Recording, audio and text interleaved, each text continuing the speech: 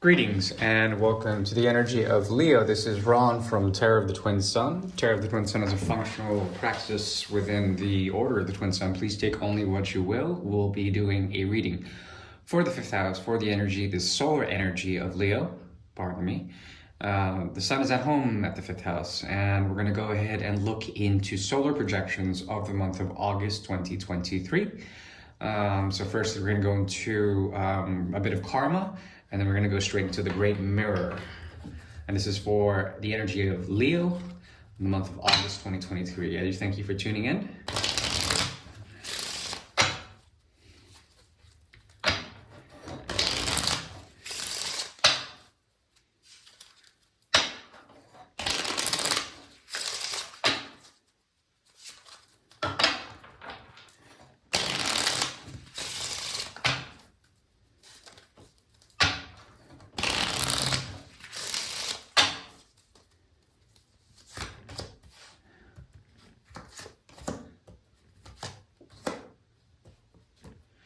Okay, so there's a bit of backtracking in the mind. The 11th house becomes activated through Aquarian energy.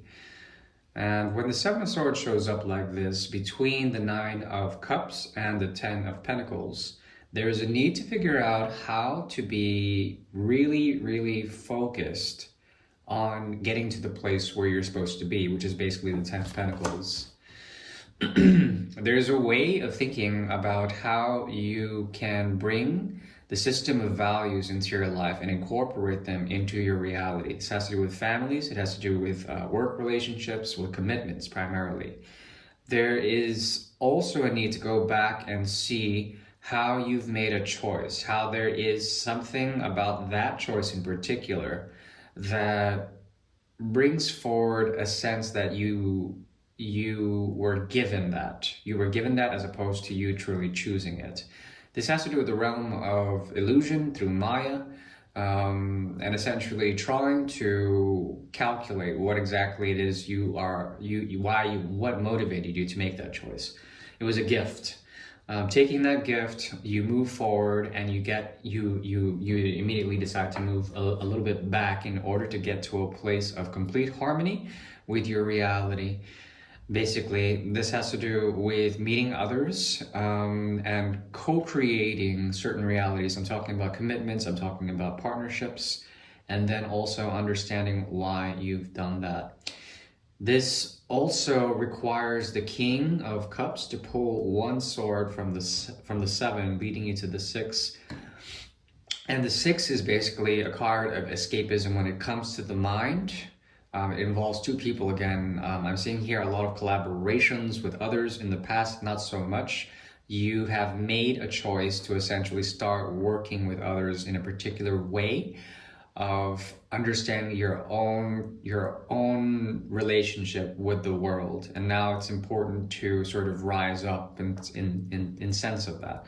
But because the king pulls his ace of swords, the hidden ace of swords of the King of Cups, basically is there. It's there, and he's pulling from the Seven of Swords, and that leaves you with the six. Now the six talks about a return of sorts. Whenever we talk about the sword sequence, it's always moving somewhat backwards. Okay, there's always a sort of backwards movement effect towards the seven, and then it would be 6, 5, 4, 3, 2 until the ace of swords. And that's when you try to figure out the truth, the singularity, whenever you're trying to figure out what it is you're doing. The Six of Swords indicates a move back towards that ace.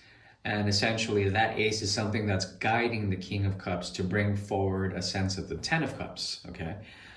So this is all sort of culminating to a type of end where you can value the systems or the collaborations with others to also share a certain path.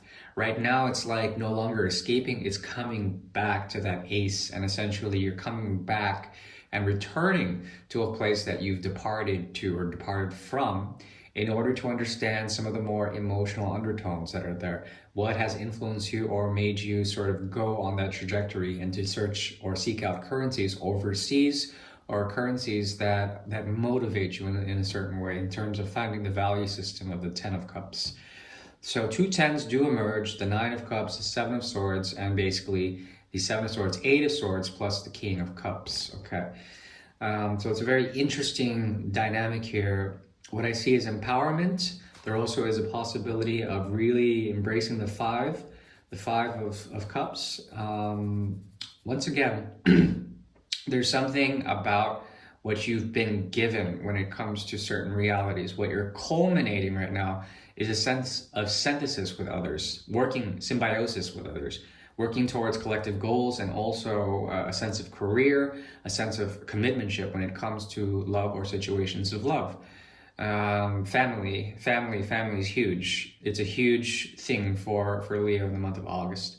And that's what I'm saying. There is a sense that, okay, that you can empower yourself to know that what you have been doing is essentially attracting a certain way about you, empowering yourself, but also empowering yourself through a sense of the Five of Cups, which is usually not being able to see truly the cup sequence, not really being tapped into your emotions, and essentially you being gifted by something, and then that gift coming and then causing a great deal of the sense of ending that is coming in August. Okay, it's a Ten of Cups, Ten of Pentacles primarily. Hopefully that wasn't too esoteric. We're going to move now directly into the energy of Leo as they deal with a significant other, and this is through the tool devised by the order known as the Great Mirror. The Great Mirror is a 9-card spread. It shows conscious, subconscious, unconscious elements between Leo and a specific other. I do thank you.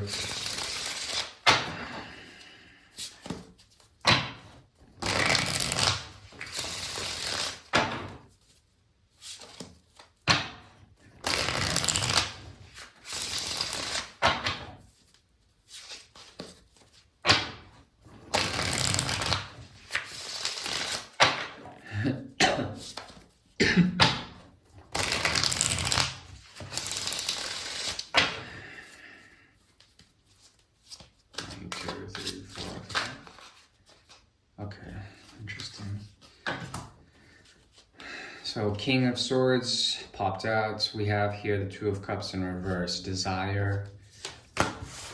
Okay, Ten of Cups here.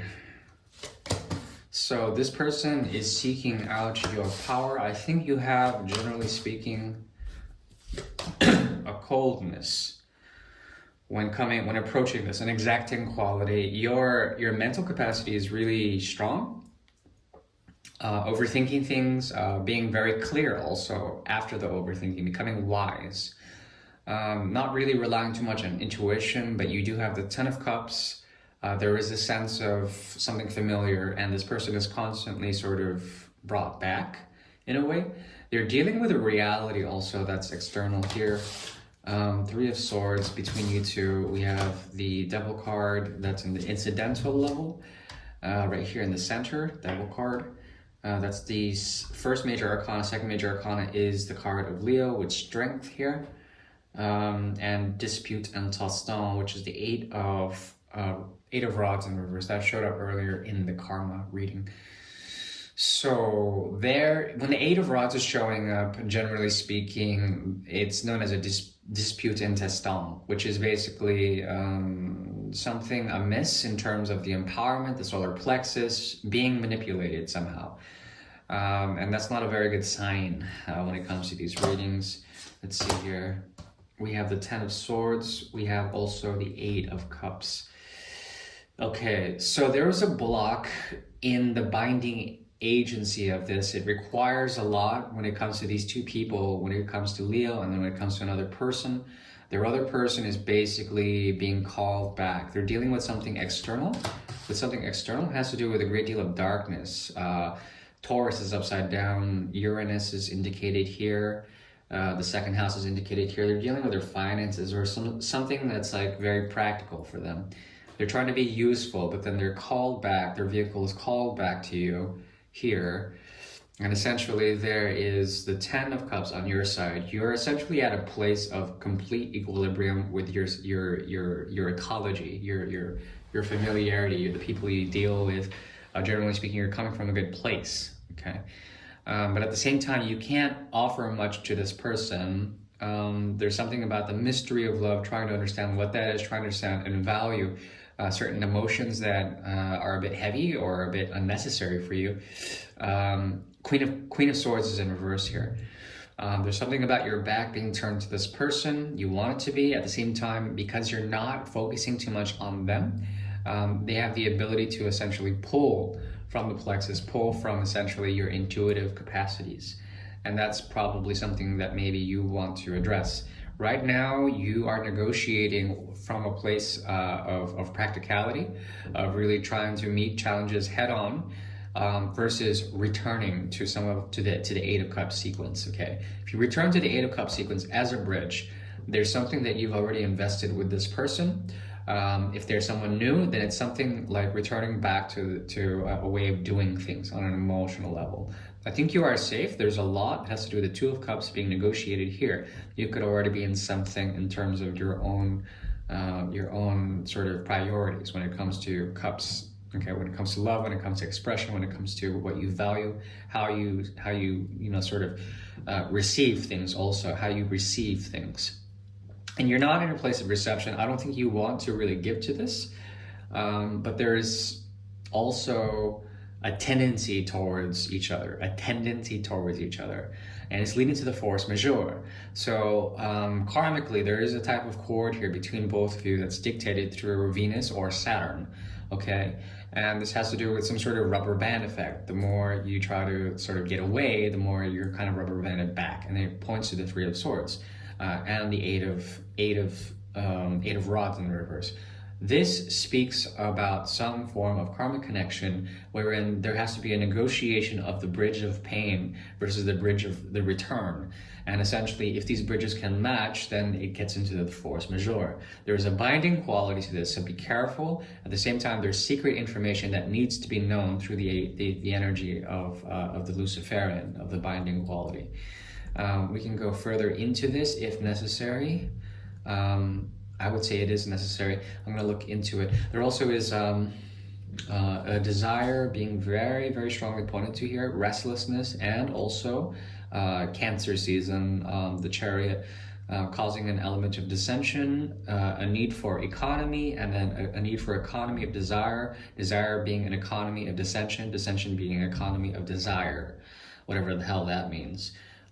Two horses are here, they're being split apart, the Chariot is chilling, and there's a need for the Chariot to do something. There's a lot of great potential when it comes to this type of connection, but it would require primarily you to get back to the Eight of Cups, which I don't know if you want. It's like a step back. If you really want to do it, you do it in the name of love, but you'd sacrifice that in some sort of way. The Star as well. Star card is pointed to here as well. Temperance. So you'd either need patience or you'd need the celestial heavens to guide you in order to sort of alchemize through temperance, through patience and temperance, alchemize this type of situation, try to heal in that respect, or perhaps to completely let go of the Two of Cups altogether, okay? Let's see here. 7, they're trying to retrace their steps, they're very trepid. There also is something about them pulling your shadow into this energy, okay? Leo's energy in the Strength card, La Force, there's a gravity, and they have also an Aquarius. They activate your 7th house. They want to activate your 7th house. I wouldn't worry about too much. This person is generally conservative. They would pull from your resources and would require a lot of balancing with their own reality. And with the Sun card in the reverse, it's very difficult for them to do that.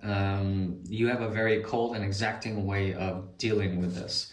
And I don't think I really need to go any further other than I need to figure out what's going on with the force majeure.